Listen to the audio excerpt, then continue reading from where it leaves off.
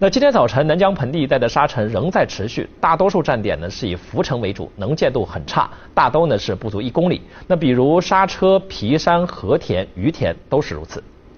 位于塔克拉玛干沙漠边缘的阿拉尔市也出现了大风沙尘天气，导致当地空气质量和能见度急剧下降，给市民生活和农业生产带来了影响。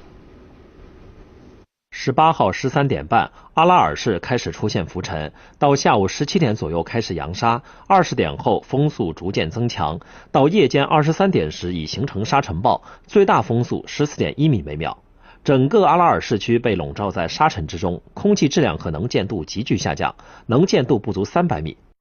今天早上我们上班的时候天气还是很晴朗的，到下午上班来的时候沙尘天气就已经很大了，而且以现在的情势看，它还愈加的强烈了，给我们生活出行都带来了很大的不便。天气就是沙子特别多，然后骑车子的时候沙子会进到眼睛里面，然后会特别痛眼睛。此外，目前阿拉尔市180万亩棉田正处在出苗期，此次大风沙尘天气对棉花的出苗率带来了一定的影响。今天这个风呢，对咱们这个棉花呢还是有一定影响的。如果长时间下去的话，对棉花的